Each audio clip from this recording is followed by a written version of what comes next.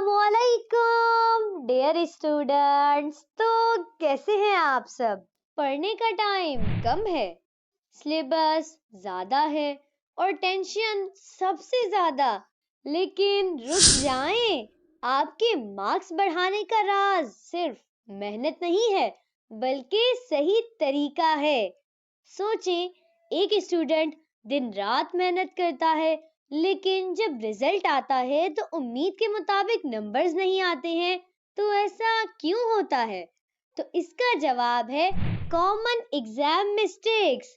जी हाँ, क्या आप भी एग्जाम के लास्ट डेज में टेंशन और कंफ्यूजन का शिकार हो जाते हैं? क्या आप मेहनत तो बहुत करते हैं लेकिन मार्क्स फिर भी कम आते हैं? अगर हाँ, तो हो सकता है कि आप भी वही कॉमन मिस्टेक्स कर रही हैं जो अक्सर स्टूडेंट्स करते हैं।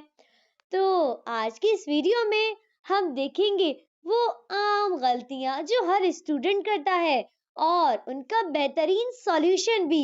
तो चलें शुरू करते हैं। तो सबसे बड़ी मिस्टेक्स जो अक्सर बच्चे करते हैं वो ये है कि वो 10 ईयर नहीं खरीदते हैं। देखिए, 10 ईयर के अंदर आपको पास्ट पेपर्स मिलते हैं जिससे आपको अंदाजा होता है कि बोर्ड वाले एग्जाम में किस तरह के सवालात को देते हैं। और अक्सर बच्चे तो ऐसा करते हैं कि 10 ईयर को खरीद लेते हैं लेकिन उसे खोल कर ही नहीं देखते हैं। देखिए, अगर आप एक स्टूडेंट हैं तो आपके लिए ना 10 ईयर बहुत बहुत ज्यादा जरूरी है। देखिए, अक्सर बच्चों के साथ ये मसला होता है कि वो एग्जाम के अंदर सवालात को याद तो कर कर जाते हैं, लेकिन एग्जामिनर ना उसी सवाल को इतना घुमा कर देता है कि उन्हें पता ही नहीं चलता कि इस सवाल के जवाब को तो हम याद करके गए हैं। अक्सर बच्चों के ना इसी वजह से बहुत कम नंबर आते हैं और पेपर देने के बाद जब उन्हें पता चलता है कि इस सवाल का जवाब तो उन्हें आता था, तो उस वक्त जो दुख होता है ना, तो वो बहुत बड़ा दुख होता है। तो देखिए, सबसे इम्पोर्टेंट काम जो आपने करना है वो ये करना है, जब भी कभी आप कोई भी सवाल याद करने बैठे, चाहे वो किसी भी सब्जेक्ट का हो, किसी भी बुक का हो, जब भी आप कुछ भी याद करने बैठे, तो सबसे पहले तो आपने 10 ईयर के अंदर चेक करना है कि एग्जामिनर उस सवाल को कितने तरीकों से पूछता है। इससे ना आप जब याद करेंगे ना तो आपके माइंड में ये बैठा हुआ होगा कि एग्जामिनर इस सवाल को इस तरीके से पूछता है। देखिए, क्योंकि अक्सर बच्चों के साथ ना यही मसला होता है कि वो याद तो बहुत ज्यादा करके जाते हैं लेकिन वो उतना लिख कर आ ही नहीं पाते, क्योंकि उन्हें पता ही नहीं होता कि भाई ये सवाल उन्हें याद है या नहीं है, क्योंकि एग्जामिनर बहुत ज्यादा घुमा के देता है सवालात को। तो मैं आपको सजेस्ट करूंगी कि आप जब भी कुछ भी याद करें, आप 10 ईयर से देखें कि भाई उस सवाल को एग्जामिनर किस तरीके से पूछता है। और दूसरी बात मैं आपको सजेस्ट करूंगी कि आप अनसॉल्व 10 ईयर लें। देखिए, अक्सर बच्चे जो हैं वो सॉल्व 10 ईयर लेते हैं, लेकिन सॉल्व 10 ईयर लेने का फायदा भी है, जारी बात है नुकसान भी है। सॉल्व 10 ईयर लेने का फायदा आपको ये होगा कि आपको उसके अंदर हर चीज सॉल्व मिल जाएगी, लेकिन उसका नुकसान ये है कि उसके अंदर चैप्टर वाइज आपको क्वेश्चंस आंसर नहीं मिलेंगे।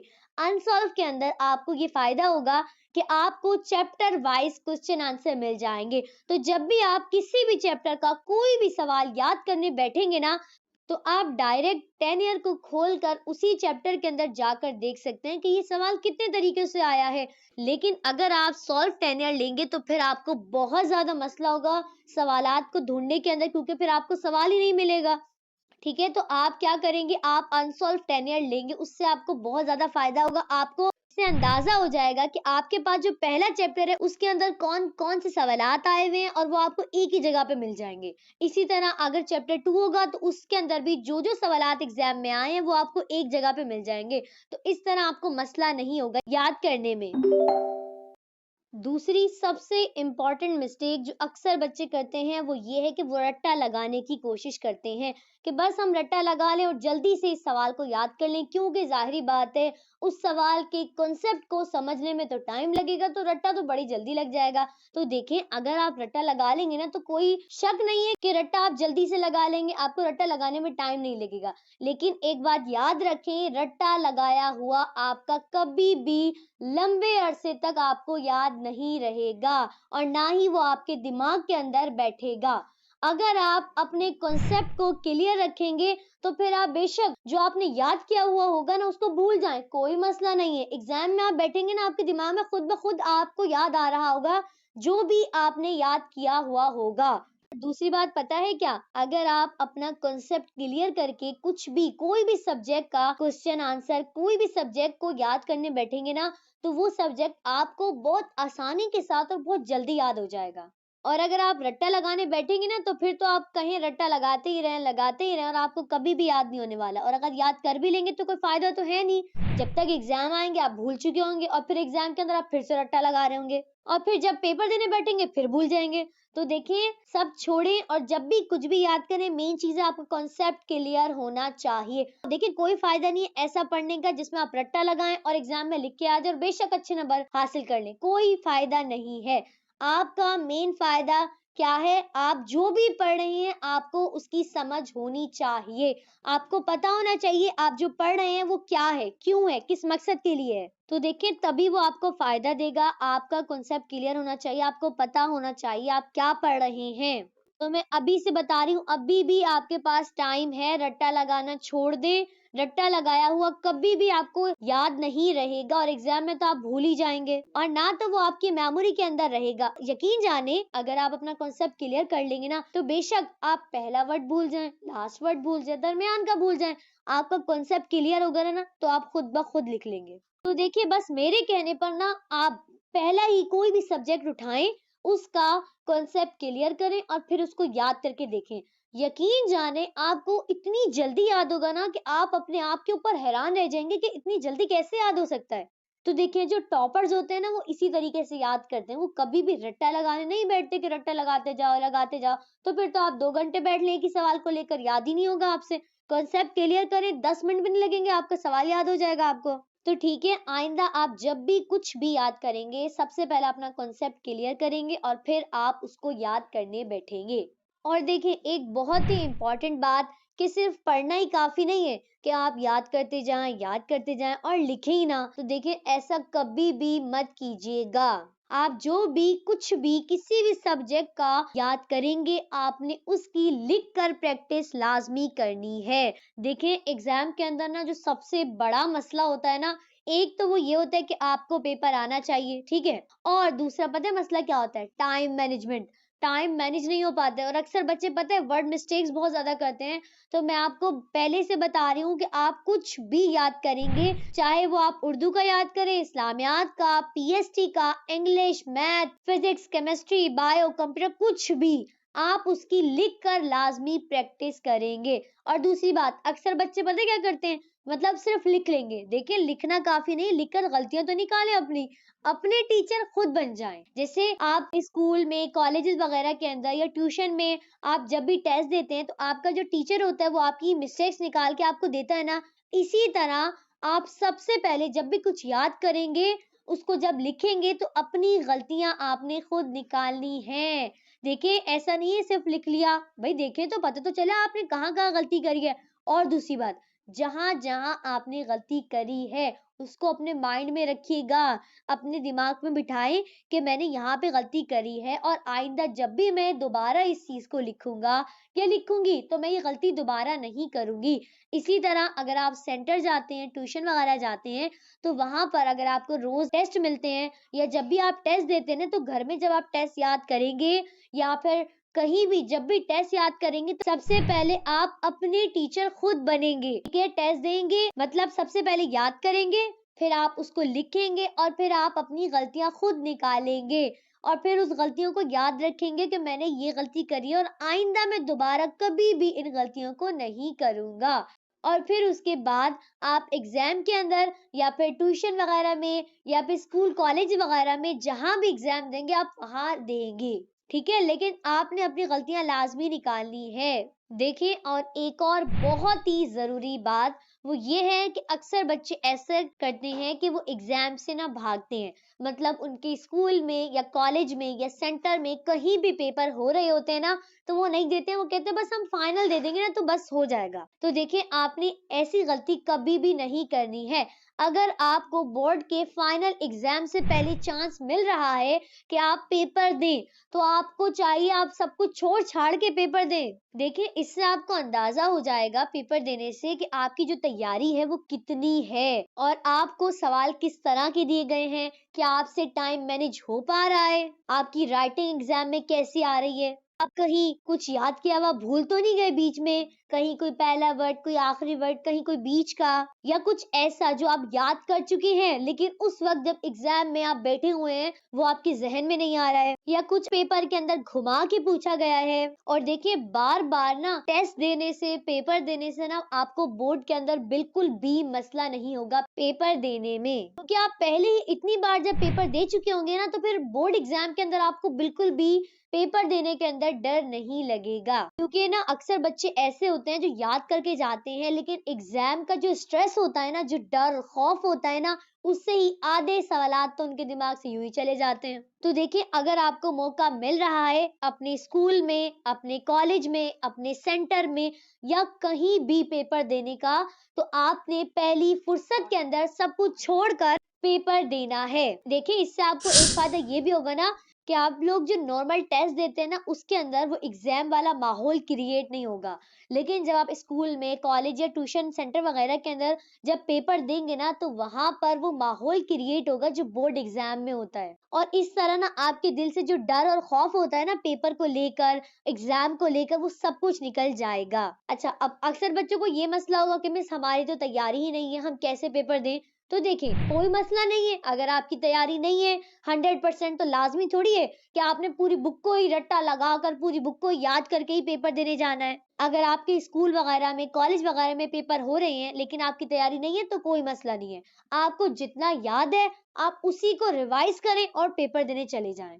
बाकी आप बाद में याद कर लीजिएगा, लेकिन इससे कम से कम आपको अंदाजा हो जाएगा जो आपने याद किया है कि वो आपको याद है या नहीं है, आपकी टाइम मैनेजमेंट हो पा रही है या नहीं हो पा रही है, आप उस राइटिंग, उस प्रेजेंटेशन के साथ जिसकी आप तैयारी कर रहे हैं, आप लिख पा रही हैं या नहीं लिख पा रही हैं। ठीक है, तो देखें ये छोटी छोटी चीजें होती हैं जो अक्सर बच्चे इग्नोर कर देते हैं और फिर वो बहुत अच्छा याद तो करके जाते हैं, लेकिन जब मार्क्स आते हैं ना, तो वैसे उनके नंबर्स नहीं आते जैसे आने चाहिए या जैसे वो डिजर्व करते हैं, वो मार्क्स नहीं आते उनके। तो वो इन्हीं छोटी छोटी गलतियों की वजह से उनके मार्क्स कट जाते हैं। तो अब आपने आइंदा इन मिस्टेक्स को नहीं करना है।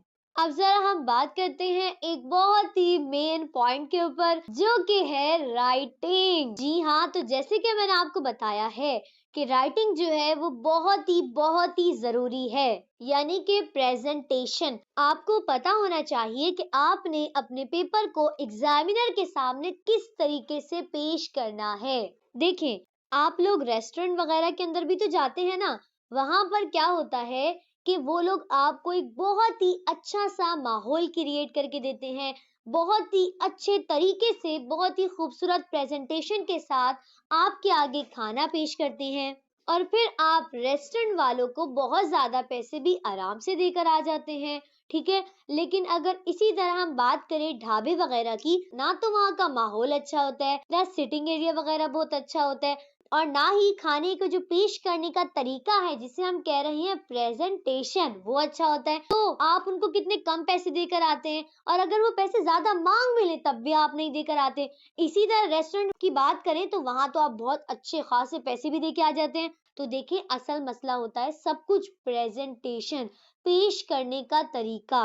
चले सब छोड़ छाड़ के अपने घर में ही देख लें, आपको अगर घर वाले रोटी और दाल दे दें, ठीक है, और आप फौरन उसको दूर करेंगे और बोलेंगे कि भाई हम नहीं खा रहे इसको। लेकिन इसी तरह अगर आप किसी के घर पे जाएं, वो आपको रोटी और दाल के साथ अचार, चटनी, प्याज, सलाद वगैरह दें, रायता वगैरह आपके सामने हो, बड़ी खूबसूरती के साथ आपको डिश के अंदर हर चीज रख कर दें, ठीक है, तो आप कैसे नहीं खाएंगे, आप कैसे मना कर सकते हैं उन्हें। तो देखिए हर जगह आ रही है प्रेजेंटेशन, तो आपने भी एग्जामिनर के दिमाग के साथ खेलना है, उसको खूबसूरती के जाल में फंसाना है। देखिए मैंने अक्सर बच्चों को देखा है जो कि बहुत मेहनत के साथ याद करते हैं, बहुत मेहनत के साथ लिखते हैं, लेकिन पता है वो कहाँ पर मार खा जाते हैं? अपनी राइटिंग में। उनकी राइटिंग अच्छी नहीं होती, ना ही उन्हें हेडिंग्स डालनी आती हैं, बस वो लिखते जाते हैं, लिखते जाते हैं, ना ही प्रॉपर हेडिंग्स डालते हैं, नंबरिंग डालते हैं, लाइंस वगैरह खींचते हैं, मतलब बस मेन मकसद उनका होता है लिखना, तो लिखते जाते हैं।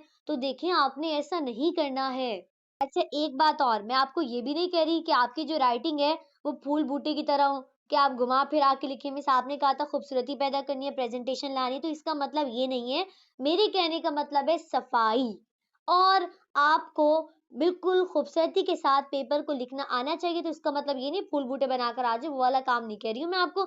मैं कह रही हूँ आपकी राइटिंग जो है वो सादा होनी चाहिए, प्यारी सी होनी चाहिए। ना तो आपकी जो राइटिंग है वो एक लाइन से ऊपर जानी चाहिए, ना ही एक लाइन से नीचे जानी चाहिए, ना ही वो घुमा घुमा के जो आप लोग लिखते हैं वैसा होना चाहिए।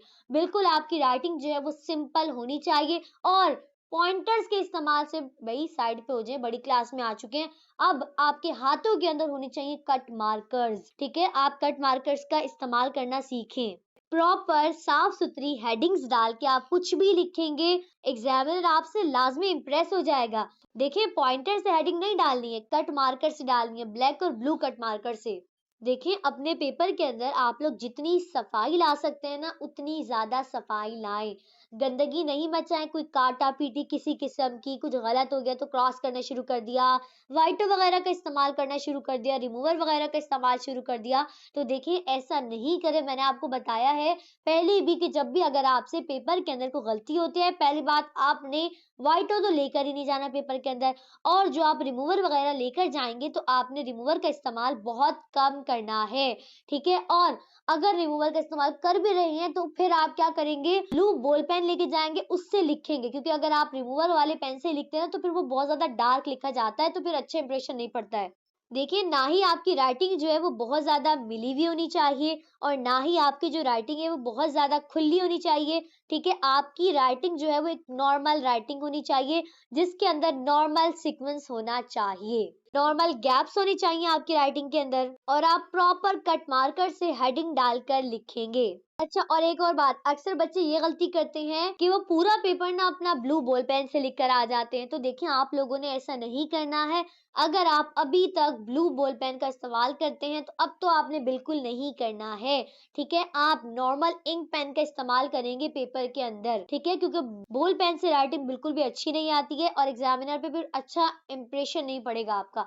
आपने ब्लू इंक पेन का इस्तेमाल करके अपना पेपर देना है। और दूसरी बात, इस चीज के पीछे मत भागिएगा कौन सा ब्लू इंक पेन अच्छा है कौन सा नहीं है। देखिए अगर आपकी राइटिंग अच्छी है तो फिर हर तरह का पेन आपके हाथ में अच्छा रहेगा। तो देखिए अगर आप लोग छोटी छोटी बातों के ऊपर गौर करेंगे ना, और उन पे तवज्जो देंगे और उन्हें ठीक करेंगे ना, तो फिर आपके एग्जाम के अंदर जो नंबर है ना वो ऑटोमेटिकली बहुत ज्यादा बढ़ जाएंगे। और इन्हीं छोटी छोटी गलतियों की वजह से एग्जाम के अंदर नंबर जो है ना वो कट हो जाते हैं, ठीक है? तो आइंदा आपने ध्यान रखना है पेपर को करते हुए, कहीं भी किसी किस्म की आपने गंदगी नहीं मचानी है, कोई काटा पीटी वगैरह कुछ भी ऐसा नहीं करना है। प्रॉपर जो क्वेश्चन पेपर के अंदर नंबरिंग होती है वही नंबरिंग आपने अपनी कॉपी के अंदर भी डालकर लिखनी है। तो देखिए अगर आप इन गलतियों से बचना चाहते हैं तो फिर अभी से प्रैक्टिस शुरू कर दें, ठीक है? अभी से करेंगे तो फिर आपको आगे जाके बहुत ज्यादा फायदा होगा। और अगर ये वीडियो आपके लिए हेल्पफुल रही है तो लाइक करें, कमेंट करें और चैनल को सब्सक्राइब कर दें, और बेल आइकन के बटन को दबाना नहीं भूलिएगा। और अब हम मिलेंगे नेक्स्ट वीडियो में, तब तक के लिए अल्लाह हाफिज।